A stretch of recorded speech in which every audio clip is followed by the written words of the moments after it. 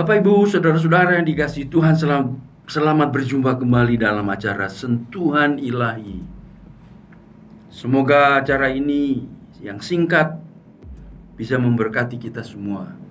Kali ini kita mengambilkan renungan dari sebuah ayat dalam firman Tuhan yang terdapat dalam Mazmur pasal yang ke-90. Mazmur ini bicara mengenai waktu hidup kita. Memang waktu itu mengalir seperti air sungai, tidak pernah berhenti mengalir, tidak dapat dibendung, selalu mencari jalannya sendiri. Seperti air sungai itu, waktu menenggelamkan semua pengalaman kita, suka duka kita, sukses gagal kita, dan kita tinggalkan di belakang kita. Kita menghitung waktu berdasarkan hitungan detik, jam, hari, bulan, tahun, dan seterusnya. Dan seperti air, waktu kita mengalir terus-menerus tanpa terasa sampai jatah usia kita habis. Waktu seperti air mengalir ke satu tempat, yaitu ke lautan. Dari manapun sumbernya, air mengalir masuk ke dalam lautan. Demikianlah hidup kita mengalir ke lautan sumber hidup kita yang tidak lain daripada Allah sendiri. Lalu firman Tuhan menasihati kita dalam Mazmur 90 ayat 12. Ajarlah kami menghitung hari-hari kami sedemikian, hingga kami beroleh hati yang bijaksana. Sebelumnya di ayat 10 tertulis, masa hidup kami 70 tahun, dan jika kami kuat 80 tahun. Dan kebanggaannya adalah kesukaran dan penderitaan, sebab berlalunya buru-buru dan kami melayang lenyap. Ada orang berpegang kepada ayat ini dan percaya bahwa hidup manusia ditentukan 70-80 tahun saja. Lebih dari itu hanya menderita. Kita tahu bahwa kenyataannya tidak demikian. Karena ada orang yang hidupnya tidak mencapai usia 70 tahun. Sudah exit dari dunia ini. Ada juga yang hidupnya sudah melewati 80 tahun, panjang umur, tetap sehat dan walafiat. Jadi patokan usia itu relatif. Orang-orang yang membatasi nikmat kehidupan sampai usia 80 tahun itu lupa bahwa penulis Mazmur ini, yaitu Musa, masih kuat dan sehat ketika dia berusia 80 tahun, karena wafatnya Musa sampai berusia 120 tahun. Ketika dia berusia 78 tahunan, 70-80-an, dia berada di tengah padang pasir mengembalakan domba-domba mertuanya. Mungkin dalam periode itu dia merasa menderita karena menganggap hidupnya akan berakhir di padang pasir itu dan tidak berguna lagi bagi bangsa Israel. Tetapi memasuki usia ke-80,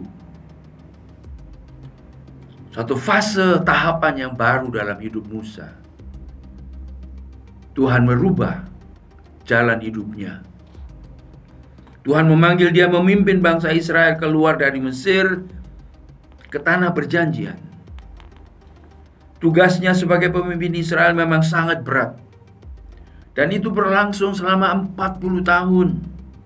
Jadi 40 tahun Musa ada di Mesir, 40 tahun di padang pasir, dipersiapkan oleh Tuhan supaya dia mempunyai mental, karakter, ketangguhan hati, kesabaran untuk memimpin bangsa Israel. Karena bangsa Israel ini memang pemarah, rewel, suka berontak, suka menyembah berhala. Tapi Musa terus memimpin mereka sampai mereka hampir tiba di tanah perjanjian. Musa telah menemukan panggilan hidupnya. Dan berdasarkan kenyataan dan contoh Musa ini, maka patokan usia 70-80 tahun tidak perlu dijadikan pegangan hidup. Umur kita ditentukan Tuhan. Jadi nikmati saja. Tujuan Tuhan memberikan angka 70-80 tahun adalah untuk menggambarkan betapa cepatnya hidup manusia berlalu. Hidup manusia seperti mimpi, seperti rumput, ayat 5. Bandingkan dengan Tuhan yang kekal, ayat 1 dan 2. 70-80 tahun tidak ada artinya dibandingkan kekekalan. Sekejap saja, tidak berarti. Ayat 3, Tuhan hanya perlu berkata, "Kembalilah hai anak-anak manusia, maka selesailah usia hidup kita di dunia ini." Bagi Tuhan, waktu tidak ada artinya, karena Tuhan tidak dibatasi dengan waktu. Seperti kita hidup di dalam waktu, tetapi Tuhan tidak hidup di dalam waktu. Dia di luar waktu, Dia memegang waktu itu. Susah dipahami, tapi itulah artinya Allah yang maha kekal. Ayat 4 menulis, "Di matamu 1000 tahun sama seperti hari kemarin. Dialah tempat perteduhan kami, turun-temurun, abadi." Ayat ke-1. Jadi apa arti hidup di atas 70-80 tahun berada dalam kesukaran dan penderitaan? Ayat 7-9 menjelaskan betapa menderitanya hidup yang ada di bawah amarah Tuhan karena kesalahan dan dosa yang selalu dilihat Tuhan, disinari oleh kekudusan wajahnya. Orang yang berdosa itu tidak tenang hatinya, gelisah, didera oleh rasa bersalah, takut dihukum Tuhan, dan amat menderita. Namun bagi orang yang telah diampuni dosa dan kesalahannya, dia hidup dalam damai sejahteranya Tuhan, bukan dalam penderitaan dan kesukaran. Lihat ayat 13 dan seterusnya. Orang yang sudah diampuni Tuhan merindukan Dia, ayat 11. Dikenyangkan dengan kasih setianya dan bersorak-sorak dalam sukacita sebagai ganti dari tahun-tahun penderitaan karena dosa. Bahkan Tuhan akan meneguhkan perbuatan tangan kita sebagai bukti kasih setianya. Jika kita melakukan firman ini, yaitu membereskan masalah dosa kita dengan pengampunan di dalam Dia, Tuhan Yesus Kristus, yang menjadikan Dia sebagai tempat perteduhan kita turun-temurun, maka kita akan beroleh hati yang bijaksana. Inilah arti dari angka 70-80 tahun itu. Bukan penafsiran yang mistik, tetapi penafsiran yang penuh berkat karena anugerah Tuhan dalam hidup kita. Kalau ada di antara kita yang merasa harus menyelesaikan masalah dosa masa lalunya,